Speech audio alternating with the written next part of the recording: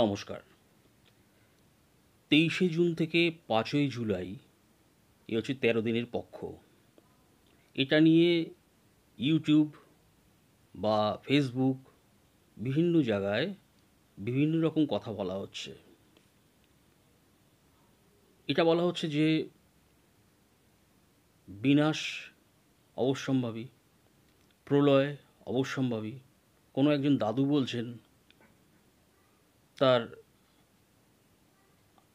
৭৮ বছর বয়স হয়ে গেছে। সে বলছেন যে ২৪শেই পৃথিবী শেষ। আমি একটা কথা আপনাদেরকে বলি, গুজবে কান দেবেন না।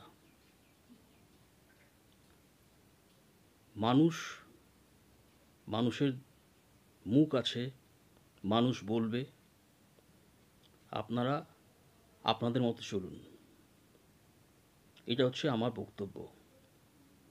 তারা এরকম মুখরোচক নানা রকম খবর ইউটিউবে দিয়ে প্রচুর টাকা উপার্জন করছেন। সুতরাং মুখরোচক খবর না দিলে তো ইউটিউব থেকে পাওয়া যাবে না। আর আমরা সাধারণ মানুষ, আমরা কি করি? ইউটিউবের ওগুলো দেখি, টেনশনে ভুগি, আস্তে আস্তে রোগের শিকার হয়ে যাই।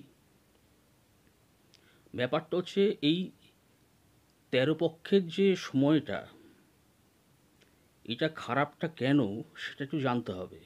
মহাভারতের যুদ্ধ এই ১৩ পক্ষের সময় হয়েছিল। আমি ডিটেলসে সমস্ত বলছি না, কারণ সময় খুব কম। এছাড়া ১৯২০ সালেও একবার এরকম হয়েছিল ঘটনা। একটা প্রাকৃতিক বিপর্যয় এসেছিল। যেটা ঘটনা সেটা হচ্ছে ভারতবর্ষর রাশি হচ্ছে বৃষ। সেখানে দেবগুরু বৃহস্পতি অবস্থান করছেন। বৃষ রাশি কার রাশি? দৈত্যগুরু শুক্রাচার্য বা শুক্রের রাশি। যখন দেবগুরু এবং দৈত্যগুরু এক জায়গায় অবস্থান করেন বা তার ঘরে অবস্থান করেন, তখন যেটা হয় সেটা হচ্ছে ধর্ম নিয়ে বেশি প্রচার করা উচিত নয়। ধর্ম নিয়ে প্রচার করলে সেক্ষেত্রে সমস্যা আসতে পারে। এই সময় অনেকে এরকম আছেন যারা দীক্ষা নিতে খুব চান, আগ্রহী। একদমই দীক্ষা নেবেন না। যেই পিরিয়ডটা বলা হলো যে ৫ই জুলাই পর্যন্ত দীক্ষা নেওয়া বন্ধ রাখুন। যা সমস্যা হবে সেটা কেউ সারাতে পারবে না। আর একটা কথা, অনেকে প্রশ্ন করছেন যে বিশ্বযুদ্ধ হবে কি না। দেখুন, বিশ্বযুদ্ধ হবে না এটা আমি বলছি না, আবার হবে এটাও বলছি না। তবে জেনে রাখুন, যদি বিশ্বযুদ্ধ হয় এবং সেখানে যদি ভারতবর্ষ অংশগ্রহণ করে, সেটা হচ্ছে ভারতবর্ষের নিজের দোষে। ভারতবর্ষ একবার একটা আঘাত খেয়েছে। কিছুদিন আগে লোকসভা ইলেকশনের সময় কোনো একটা পার্টি কোনো এক জায়গায় কোনো এক মন্দির তৈরি করেছিলেন এবং তার জন্য এত প্রচার করে ফেলেছিলেন, তার জন্য সেই জায়গায় সেই পার্টিটা হেরেই গেল। সুতরাং এই সময় ধর্ম নিয়ে যার যার ধর্ম নিজের কাছে রাখুন, বেশি প্রচার করতে যাবেন না। তাহলে কিন্তু একটা যুদ্ধের জায়গা চলে আসবে। আর একটা কথা, যেটা হবে সেটা ভালো করে মন দিয়ে শুনে নিন। এই টাইমের মধ্যে রাহু ঘর পরিবর্তন করছে। রাহু হচ্ছে বায়ু চিহ্নিত রাশি, বায়ু চিহ্নিত একটা গ্রহ।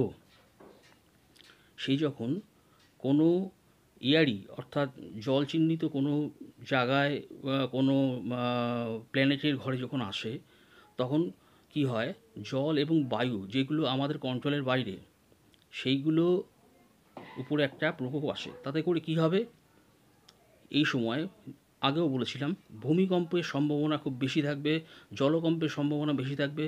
বিশেষ করে উত্তর পূর্ব ভারত থেকে কিন্তু এই সমস্যাগুলো আসবে। বলে দিচ্ছি, আসাম, মেঘালয়, সিকিম, এই সমস্ত জায়গাগুলো, পশ্চিমবঙ্গ, বিহার, ঝাড়খণ্ড, উত্তরপ্রদেশ, এছাড়া হচ্ছে আপনার পাঞ্জাব থাকছে, তার সঙ্গে উড়িষ্যা, থাকছে আপনার গুজরাট বা নদী বা সমুদ্র তীরবর্তী অঞ্চল বোম্বে, এইসব জায়গাগুলো কিন্তু খুব সাবধান, আগের থেকে সরকারের ব্যবস্থা নেওয়া উচিত। কারণ ভূমিকম্প বা জলকম্প কিন্তু মারাত্মক আকার ধারণ করতে পারে। আজকে এইটুকু বললাম। টেনশন করবেন না, চিন্তা করবেন না, প্রলয় হবে না, এটুকু আমি আপনাদেরকে বলছি।